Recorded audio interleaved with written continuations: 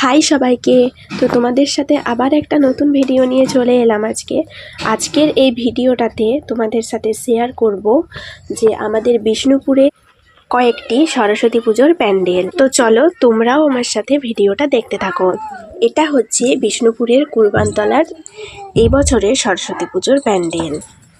এখানে স্বাধীন ক্লাবের পক্ষ থেকে যে থিমটা করেছে সেটাতে এটাই বোঝানো হচ্ছে মানুষকে যে বৃদ্ধা মা বাবাকে তার ছেলে চাকরি পাওয়ার পর বা কোনো একটা জায়গায় প্রতিষ্ঠিত হওয়ার পর তার বাবা বাবাকে বোঝা মনে করে বৃদ্ধাশ্রমে পাঠিয়ে দেয়, তো সেটাই এখানে তুলে ধরা হয়েছে। তো আমার মনে হয় কারোরই কখনো এরকম করাটা উচিত না।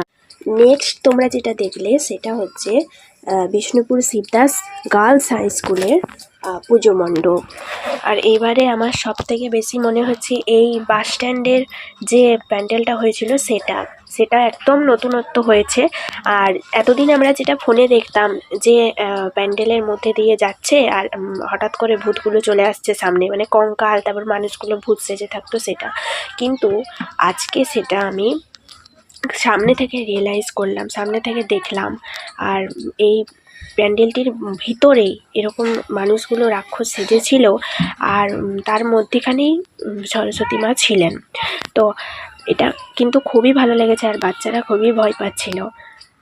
দেখো কি ভয়ঙ্করটাই না দেখতে লাগছে। তো একদম আলাদাই একটা কনসেপ্ট। তো আমি খুব একটা সরস্বতী পুজোর প্যান্ডেল দেখতে যাই না কোনো বছরই, সেই ছোটোবেলায় যেতাম, কিন্তু এবারে যখন শুনেছি এরকম হয়েছে তো আমি দেখতে চলে গিয়েছিলাম, অনেক এক্সাইটেড ছিলাম। আর লাস্টে এটা দেখলাম এই প্যান্ডেলটা, এটাও হচ্ছে ওই বাস স্ট্যান্ডের কাছেই হয়েছিল। তো আজকের মতো ভিডিওটা এই পর্যন্ত।